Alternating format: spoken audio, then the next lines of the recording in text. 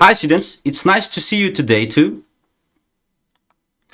In this lesson, we are going to be looking at the topic getting on with neighbors. The aim of the lesson to develop language, communicative and cultural competences, critical thinking and creativity, to enlarge vocabulary related to the topic getting on with neighbors, to improve speaking and writing skills. Objectives of the lesson: to identify the definitions of the terms a neighbor and a good neighbor, to define the reasons of having a bad relationship with neighbors, to consider the ways of spending a perfect day, to explain the use of present tenses, state verbs, and action verbs, to point out the differences between have and have got. Students, when you think of or hear the word a neighbor, what comes to your mind? Neighbor is someone who lives near or next to you, usually in the same neighborhood or community. What is neighborhood? A neighborhood is also a community of people living near each other. It often implies a sense of belonging or connection among residents. Having a bad relationship with neighbors can result from many causes. Here are the common reasons. The first one: noise, loud music, parties, barking dogs, or noisy children can disturb nearby residents, especially problematic at night or early in the morning. The second one: poor cleanliness or hygiene. Leaving trash outside, messy yards, or foul smells can create tension. It affects the shared environment. The third one: parking disputes. Taking someone else's parking spot, blocking driveways, or using too many spaces. The fourth one: property boundaries and maintenance. Arguments over fences, trees, or walls, neglecting repairs that affect others. For example, leaking water, overgrown plants crossing over. The fifth one: lack of respect or communication. Being rude, unfriendly, or ignoring greetings, refusing to talk through problems calmly. The sixth one: conflict over pets or children. Uncontrolled pets that bark or roam freely, children causing disturbance or damage. The seventh one: privacy invasion. Neighbors who are too nosy, constantly watching or interfering. The eighth one: cultural or lifestyle differences. Different backgrounds, habits, or values can lead to misunderstandings. Ninth one: jealousy or competition. Comparing homes, cars, or lifestyles can create tension or resentment. The 10th one: previous unresolved conflicts. Past arguments that were never settled can turn into long-term hostility. So now let's turn to consider the ways of spending a perfect day. Spending a perfect day depends on personal interests, but here are some thoughtful and balanced ways to structure a day that feel relaxing, joyful, and fulfilling. So, morning. Start calm and energized. The first one: wake up early, enjoy the quiet, let in sunlight, open a window, breathe deeply. The second one: mindfulness or movement. Light exercise, walk, stretch, yoga, or a jog, meditation or journaling to set your intentions for the day. The third one: healthy breakfast. A meal you enjoy, maybe fresh fruit, eggs, tea, or coffee. Eat slowly, no rush, late morning to afternoon. Explore or create. The fourth one: do something you love. A hobby, painting, writing, photography, music. Go outside, visit a park, museum, beach, or go hiking. Spend time with someone you care about. The fifth one: treat yourself. Try a new cafe, cook a special meal, or go shopping. Watch a movie, read a book, or take photos. Afternoon: social or restful. Sixth: connect with others. Call or visit a friend or family member. Share a meal or activity with someone. Seventh: take a break. Nap. Relax in a hammock, listen to music, unplug from devices for a bit, evening wind down peacefully. 8. Enjoy a good meal. Cook dinner or go out to eat. Maybe with friends or just enjoying your own company. The 9th one, reflect and relax. Watch the sunset, reflect on the day, what made it special. 9. Prepare for rest. 10. Unplug and unwind. No screens before bed. Light reading, warm tea or gentle music. Go to sleep feeling grateful. A perfect day isn't about doing everything. It's about doing what feels right for you with presence and peace.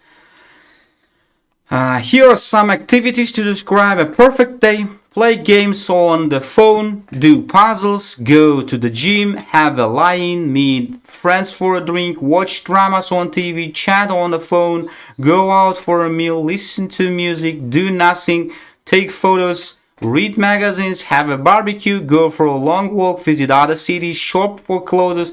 Which activities listed above do you do when you on your perfect day? Describe your perfect day.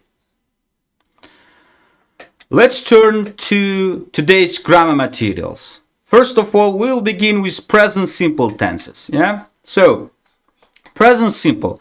Present simple, as you know, as we have discussed it during our previous classes, we use present simple tense when we speak about actions which happen with particular frequency. Yeah, and here we use adverbs of frequency, as in the case of I always get up at 7 o'clock, or I visit my grandma twice a week. Yeah, and we use present simple tense when we speak about general facts or about scientific facts, as in the case of water boils at 100 degrees of Celsius.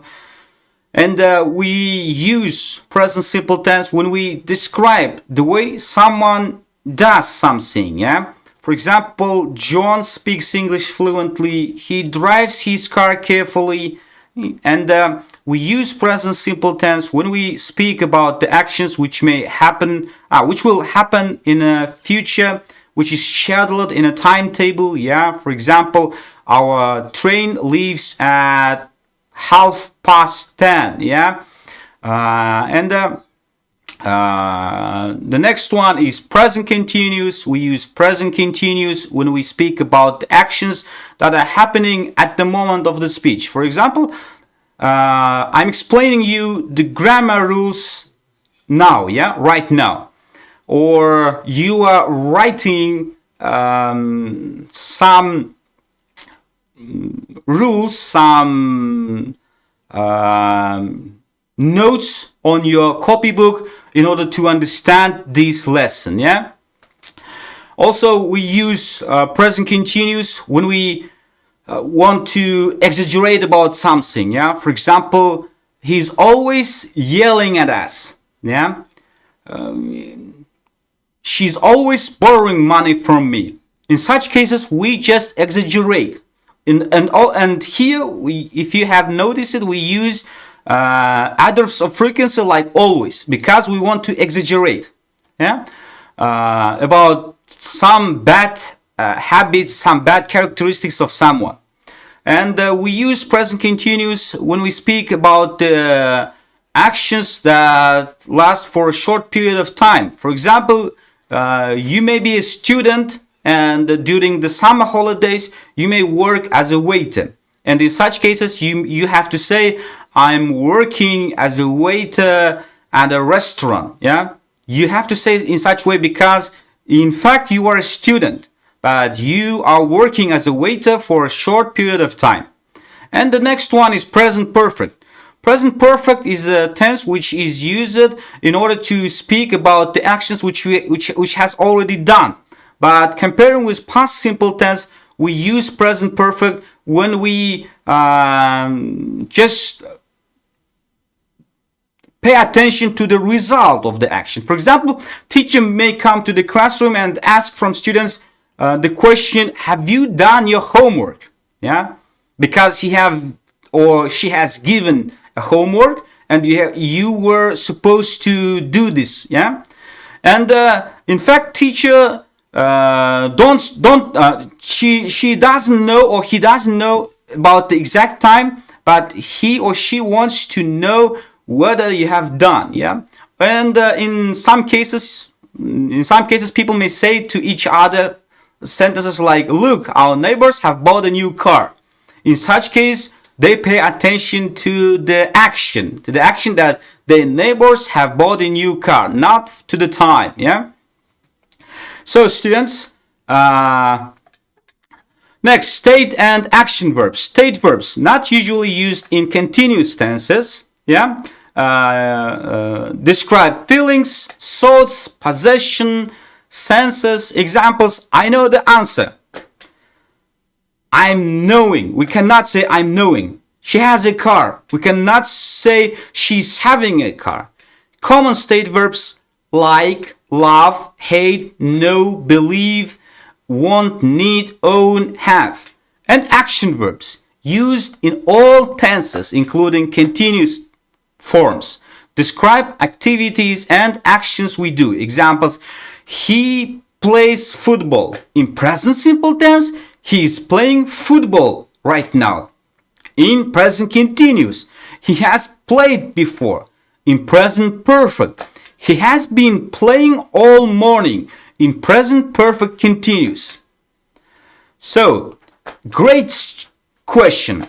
Here is a clear and simple explanation of the difference between have and have got. Both have and have got can mean the same thing when talking about possession, things we own or have. It's the first. The second, relationships. The third, characteristics. Yeah? Illnesses. Have is more common in American English, slightly more formal and used in all tenses, whereas have got is more common in British English, more informal or conversational, and typically used only in present tense. Examples: I have a car. She has 2 brothers. We have a headache. Yeah, we have got. I have got a car. She has got 2 brothers. We have got a headache. So differences in grammar. The first one, questions. We have. Do you have a car? Does she have a pet? With has she got a pet? Have you got a car? Negative with have. I don't have any money. He doesn't have a passport. With have got, I haven't got any money. He hasn't got a passport.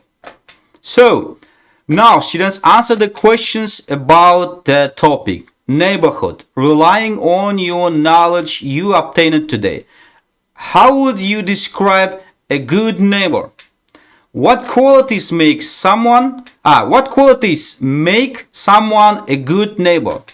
How would you describe your perfect day? What activities would you include in a perfect day? Who would you spend your perfect day with, and why? When do we use present simple tense? What is the difference between state verbs and action verbs? What is the difference between have and have got? So, on this slide, you can see writing tasks about neighborhood. Choose one of the topic below and write 200-word essay. Describe what makes an ideal neighborhood and why it is important for community well-being.